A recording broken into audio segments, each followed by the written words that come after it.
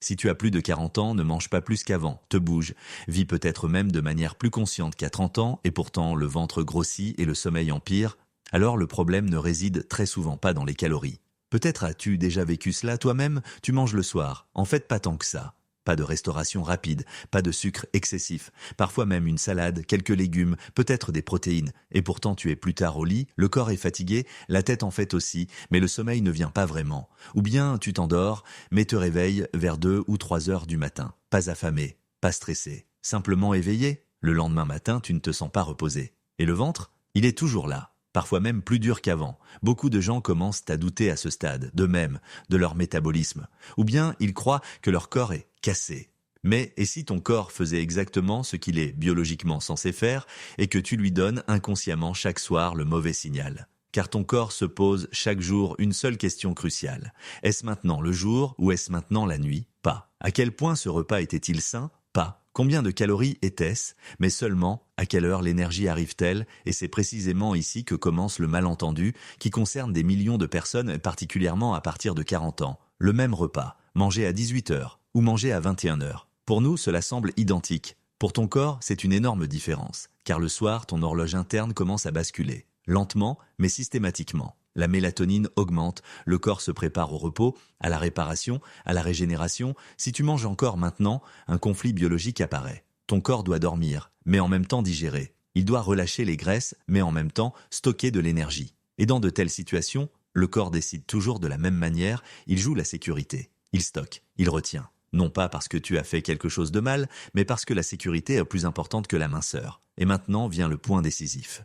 Si tu décales ton dîner avant 18 heures, tu ne modifies pas immédiatement ton poids. Tu ne forces rien, tu ne jeûnes pas de manière extrême. But tu modifies le signal que tu envoies chaque soir à ton corps, et ce signal dit soudainement « il est tôt ». C'est calme, c'est sûr. Beaucoup de gens rapportent après quelques jours, ils dorment plus profondément, pas plus longtemps, mais plus calmement. Après une semaine, ils remarquent, les fringales du soir diminuent. Le corps semble plus détendu. Et après environ 10 à 14 jours, il se passe quelque chose qui est souvent encore invisible sur la balance, mais très nettement perceptible dans le ventre. Le ventre semble plus plat le matin, moins de pression, moins de cette sensation de tension permanente, non pas parce que la graisse disparaît magiquement, mais parce que la graisse particulièrement viscérale réagit de manière très sensible à l'insuline et aux hormones du stress. Et ce sont précisément ces hormones qui commencent à se calmer quand tu arrêtes d'occuper ton corps au mauvais moment. Dans cette vidéo, nous regardons de très près pourquoi manger tard perturbe ton sommeil même si tu manges sainement, ce que l'insuline fait réellement la nuit avec la graisse abdominale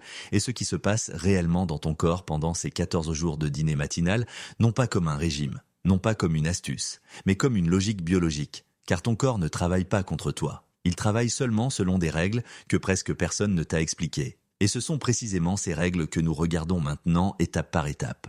Lorsque les gens de plus de 40 ans remarquent que le ventre grandit, bien qu'ils ne mangent pas plus qu'autrefois, apparaît presque toujours la même explication, le métabolisme devient justement plus lent. Cela semble plausible et est pourtant incomplet, car s'il ne s'agissait que d'un métabolisme plus lent, le poids devrait augmenter uniformément aux bras, aux jambes, sur tout le corps. Mais c'est précisément ce qui n'arrive pas. Au lieu de cela, la graisse s'accumule toujours au même endroit, au ventre. Et souvent, elle ne semble pas molle, mais profondément située tendue, presque dure. Ce n'est pas un problème esthétique, c'est un signal biologique. La graisse abdominale, particulièrement la graisse dite viscérale, n'apparaît pas par hasard. Ce n'est pas un signe de paresse, et non plus un signe que tu fasses quelque chose de mal. C'est la réponse de ton corps à une situation déterminée. Cette situation s'appelle insécurité intérieure. Ton corps stocke de la graisse abdominale, surtout lorsqu'il a régulièrement le sentiment de devoir être préparé. Préparé à un apport d'énergie irrégulier, au manque de sommeil, à l'agitation hormonale ou au stress. Et ici commence la liaison entre manger tard, mauvais sommeil et graisse abdominale tenace. Le soir, ton environnement hormonal se modifie tout à fait automatiquement. La mélatonine augmente, le cortisol devrait baisser, le corps se règle lentement sur le repos et la réparation. Si tu manges maintenant, il se passe quelque chose de décisif. Ton système digestif signale une activité. L'insuline augmente, ton corps reste en mode jour, bien que biologiquement la nuit commence déjà. Le problème n'est pas ici la quantité de la nourriture. Même un dîner, petit ou sain, peut déclencher cet effet s'il vient à la mauvaise heure. Beaucoup de gens croient alors qu'ils auraient simplement des problèmes de sommeil. Ils disent « je peux mal déconnecter le soir » ou « je me réveille simplement la nuit ». En réalité, le corps reçoit des signaux contradictoires. Il doit en même temps digérer et régénérer, stocker et lâcher, rester éveillé et dormir. Et dans de telles situations, le corps décide toujours de la même manière, il choisit la sécurité. Sécurité signifie stocker, sécurité signifie retenir, sécurité signifie graisse abdominale, ainsi naît un cycle silencieux qui se renforce au fil des années. Tu manges tard, le sommeil devient plus léger, le cortisol reste élevé, l'insuline réagit plus sensiblement, la graisse abdominale est stockée et c'est précisément cette graisse abdominale qui aggrave encore le sommeil. Le lendemain, tu te sens fatigué. Le corps réclame de l'énergie rapide, non pas parce que tu es faible, mais parce qu'il essaie d'établir une stabilité. Et ainsi, le prochain soir recommence avec un dîner tardif.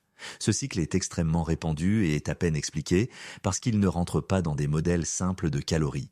Ton corps n'est pas une calculatrice, il est un système biologique qui s'est adapté à la lumière du jour sur des millions d'années. Manger le soir était autrefois rare. La nuit signifiait obscurité, repos et jeûne, c'est pourquoi ton horloge interne prend les horaires plus au sérieux que les calories. Si l'énergie arrive à un moment où elle n'est pas attendue, biologiquement, le corps ne réagit pas par une adaptation, mais par des mécanismes de protection. Et l'un de ces mécanismes de protection est la graisse abdominale, c'est pourquoi manger sainement seul ne suffit souvent pas. Un aliment parfait au mauvais moment peut être métaboliquement plus défavorable qu'un moyen au bon moment. C'est dur à accepter mais décisif à comprendre particulièrement après 40 ans car jusqu'ici une chose est claire, tu n'as pas de problème de calories. Tu n'as pas de problème de discipline, et très probablement non plus de métabolisme cassé, tu n'as pas de problème de timing, et c'est précisément ce timing que nous commençons à modifier si nous avançons le dîner. Pas radicalement, pas extrêmement, mais biologiquement sensé. Ce qui se passe alors dans le corps n'arrive pas immédiatement, mais cela suit un ordre clair. Et c'est précisément cet ordre que nous regardons maintenant. Si tu commences à décaler ton dîner avant 18h, il se passe d'abord quelque chose de peu spectaculaire. Pas de perte de poids dramatique, pas de changement immédiat dans le miroir. Et c'est précisément pour cela que beaucoup de gens abandonnent ici. Ils croient que cela ne fonctionne pas. Mais à l'intérieur de ton corps, quelque chose s'est déjà déplacé. Dans les 1 à 3 premiers jours, il se passe surtout une chose. Ton corps reçoit à nouveau des signaux clairs. Le repas se termine plus tôt. La digestion se termine plus tôt. Et pour la première fois depuis longtemps, la mélatonine peut faire son travail sans être dérangée. Tu ne dors pas forcément plus longtemps, mais tu dors plus tranquillement. Moins d'interruptions, moins de cet éveil diffus au milieu de la nuit. Ton système nerveux commence à se détendre parce qu'il n'a plus à dormir et digérer en même temps. Cette phase est décisive, même si elle semble peu spectaculaire. Car le sommeil n'est pas un effet secondaire. Le sommeil est la base de tout ce qui suit. Après environ 4 à 7 jours, l'insuline commence à prendre un nouveau rôle. Pas activement, pas de manière perceptible mais mesurable. Grâce au dîner matinal, une pause alimentaire plus longue se crée automatiquement pendant la nuit. 14, parfois 16 heures, sans que tu ne jeûnes consciemment. Pendant ce temps, l'insuline baisse. Pas à un niveau dangereux, mais à un niveau de base sain. Et c'est précisément ce qui a manqué à beaucoup de corps pendant des années. Une pause, l'insuline est comme un ouvrier d'entrepôt, tant qu'il est actif, on stocke. Ce n'est que lorsqu'il fait une pause que l'on a le droit de déstocker à nouveau. La nuit, l'insuline devrait se reposer. Mais avec un repas tardif, elle reste active, souvent chaque nuit,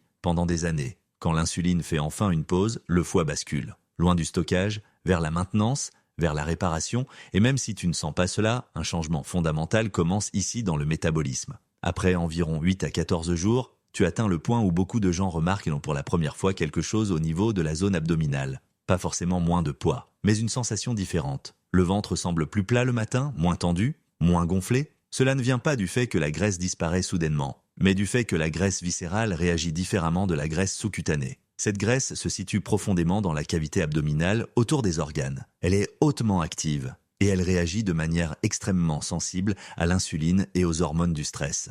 La graisse viscérale ne naît pas primairement d'une alimentation excessive, elle naît de l'insécurité, par le stress permanent, par le manque de sommeil, par le chaos hormonal. Si tu manges tard, ton corps interprète cela comme de l'insécurité, comme si l'énergie arrivait à un moment où elle n'était en fait pas attendue. Le corps réagit alors non pas par la combustion, mais par la rétention. Le dîner matinal envoie le signal opposé. Il dit au corps que la journée est terminée, que le repos arrive, qu'aucune surprise ne suit plus. Et c'est précisément ce sentiment de sécurité qui permet au corps de libérer à nouveau lentement l'énergie stockée. C'est le moment que beaucoup décrivent comme un tournant. Pas spectaculaire, mais perceptible. Le ventre ne devient pas immédiatement mince, mais il devient plus souple, plus mobile, moins dominant. Et ici réside le point le plus important de toute cette vidéo. Tu ne forces pas ton corps à lâcher la graisse, tu le lui permets. Tout ce qui se passe durant ces 14 jours suit une logique simple. Le sommeil s'améliore d'abord, ensuite l'insuline se calme. C'est seulement après que la graisse abdominale réagit. exactement dans cet ordre, et pas inversement. Si tu essayes de perdre de la graisse sans tenir compte du sommeil et de l'insuline, tu te bats contre ton propre corps. Mais si tu répares d'abord le rythme, le corps travaille avec toi. Dans la partie suivante, nous regardons comment tu mets concrètement en œuvre ce dîner matinal, sans s'affamer, sans stress de régime, sans règles compliquées, car la plus grande erreur serait de faire d'un principe biologique une nouvelle interdiction. À ce stade, beaucoup de gens font une erreur décisive. Ils entendent dîner matinal et pensent immédiatement à la privation à la fin aux soirées vides. C'est précisément ce qui n'est pourtant pas voulu. Manger tôt ne signifie pas manger moins. Cela signifie manger différemment et surtout au bon moment. L'objectif n'est pas de mettre le corps sous pression. L'objectif est de lui donner de la stabilité. Et pour cela, il n'y a pas besoin de système compliqué. Un dîner matinal fonctionne le mieux lorsqu'il rassasie sans forcer le métabolisme à revenir en mode jour. Ton corps a besoin le soir surtout de calme et de fiabilité. Les protéines jouent ici un rôle central. Beaucoup de gens évitent les protéines le soir par peur de la prise de poids. En vérité, c'est le contraire qui est le cas. Les protéines les stabilisent le sucre sanguin, elles empêchent de fortes poussées d'insuline. Et elles réduisent nettement la faim ultérieure. Si tu manges suffisamment de protéines le soir, ton corps se sent en sécurité. Il sait que l'énergie était présente et qu'aucune situation d'urgence n'existe. C'est précisément ce sentiment de sécurité qui est décisif pour que l'on puisse lâcher prise la nuit. Les légumes soutiennent cet effet, ils fournissent du volume des micronutriments et de la satiété sans surcharger le métabolisme. Le gras en quantité modérée aide également, car le gras ralentit la digestion sans exciter fortement l'insuline. Ce qui devient problématique le soir, ce sont les glucides rapidement disponibles, en grande quantité. Pain blanc, sucreries, grandes portions de pâtes ou de riz, tard le soir, maintiennent l'insuline active précisément à un moment où elle devrait en fait se reposer. Cela ne signifie pas que les glucides sont interdits. Mais le soir n'est pas le bon moment pour de grandes quantités de ceux-ci. Après le dîner commence la deuxième partie importante. Ce que tu bois après 18 heures n'est pas neutre. Boissons sucrées aussi, jus de fruits ou alcool, envoient à nouveau des signaux d'activité. Particulièrement l'alcool perturbe massivement la production de mélatonine même s'il fatigue. Le sommeil devient plus léger et moins réparateur. L'eau, l'infusion aux herbes ou l'eau chaude sont dans cette phase les meilleurs compagnons. Ils calment au lieu d'activer. Beaucoup de gens ressentent après 20 heures malgré tout un désir de manger. Dans la plupart des cas, ce n'est pas une faim réelle, mais une habitude. Le corps attend le rituel, pas forcément l'énergie. Un court moment de réflexion suffit souvent pour reconnaître cela. Si cela ressemble à une faim réelle, c'est un signe que le dîner avait trop peu de protéines ou trop peu de substances.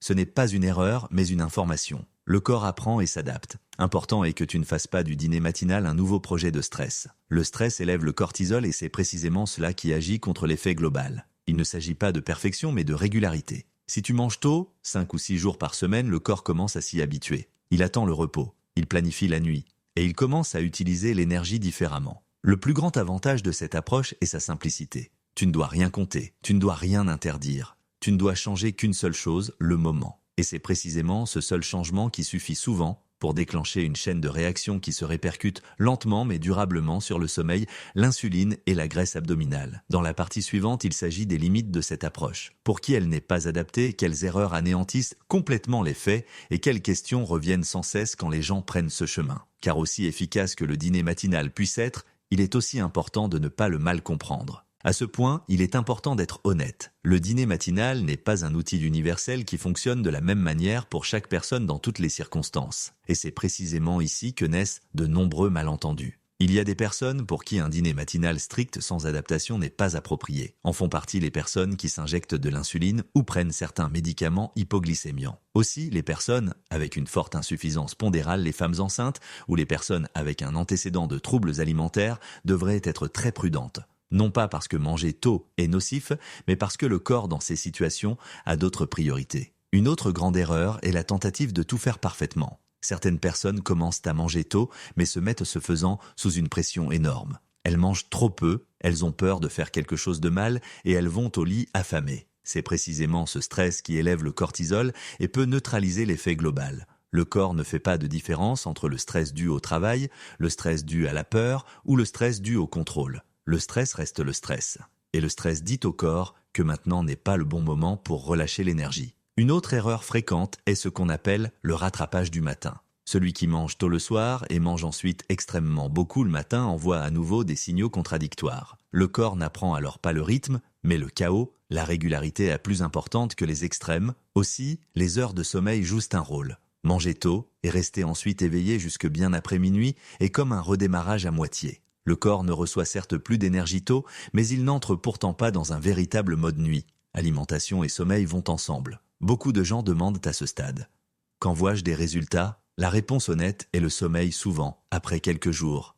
Sensation abdominale après 10 à 14 jours, changement visible souvent seulement plus tard. Ce n'est pas un inconvénient mais un signe que le corps travaille durablement. Une autre question fréquente est: est-ce que je perds du muscle quand je mange tôt le soir? Non, tant que tu apportes suffisamment de protéines et que tu bouges, la fonte musculaire n'est pas un effet typique. Au contraire, beaucoup de gens rapportent même une meilleure régénération. Aussi la question dois-je faire du sport en plus revient sans cesse. La réponse est non. Le mouvement est utile mais n'est pas une condition préalable. Le dîner matinal agit via les hormones, pas via la consommation de calories. Le point le plus important est peut-être celui-ci.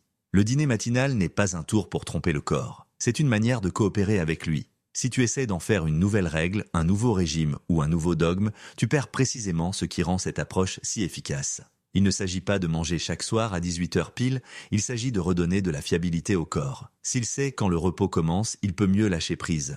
Et c'est précisément ici que nous préparons la dernière étape. Car à la fin, il ne s'agit pas seulement de graisse abdominale ou de sommeil. Il s'agit de la façon dont tu traites ton corps sur le long terme. Dans la dernière partie, nous résumons ce que ces 14 jours signifient réellement. Et pourquoi ce petit changement produit souvent plus d'effets que le prochain grand régime. Quand tu regardes en arrière, sur ces 14 jours, il s'agit en fait de quelque chose de bien plus grand qu'une heure. Il ne s'agit pas de 18 heures comme règle, et non plus d'un énième concept qu'il faut mettre en œuvre parfaitement. Il s'agit du signal que tu donnes à ton corps chaque soir. Beaucoup de gens essaient de contrôler leur corps. Ils comptent les calories, ils se comparent, ils luttent contre la faim, contre la fatigue, contre le ventre. Et à un moment donné, naît le sentiment que le corps est un adversaire qui ne joue pas le jeu. Mais ton corps ne travaille pas contre toi. Il réagit seulement, honnêtement, à ce que tu lui montres quotidiennement. Si manger a lieu jusque tard dans la soirée, ton corps interprète cela comme de l'agitation, comme de l'insécurité, comme un manque de structure. Et dans de telles situations, il retient, non par défi, mais par protection. Le dîner matinal envoie un autre signal, il dit « La journée est terminée, aucune surprise n'arrive plus. Tu as le droit de venir au repos. » Et c'est précisément ce signal qui modifie la dynamique interne. Tu ne forces pas ton corps à perdre de la graisse, tu lui permets de lâcher prise, c'est une différence fondamentale. Peut-être que le chiffre sur la balance ne se modifie pas immédiatement, peut-être que le miroir reste d'abord identique, mais quand le sommeil devient plus profond, quand le ventre se sent plus léger le matin, quand la soirée devient plus calme, alors ton corps travaille déjà avec toi. Ce n'est pas un succès à court terme, c'est une nouvelle relation avec son propre rythme. Si tu le souhaites, je t'invite à voir le dîner matinal non pas comme un test, mais comme une expérience. 2 semaines sans pression. Sans perfection, avec observation au lieu d'évaluation. Ne fais pas seulement attention à ton poids, fais attention à ton sommeil, à ta sensation abdominale, à ton niveau d'énergie au matin. Ce sont les signaux qui comptent. Si tu as déjà fait cette expérience, alors partage-la. Beaucoup de gens croient qu'ils sont seuls avec ces problèmes, alors que cela en concerne des millions. Et si tu veux comprendre davantage comment l'insuline, le sommeil et la graisse abdominale sont réellement liés, alors reste ici. Dans les prochaines vidéos, nous irons encore plus loin, pas plus vite, mais plus honnêtement. La santé n'est pas une tâche de discipline, elle est un dialogue. Et ce dialogue commence souvent par une simple question. Manges-tu en harmonie avec ton corps ou contre lui?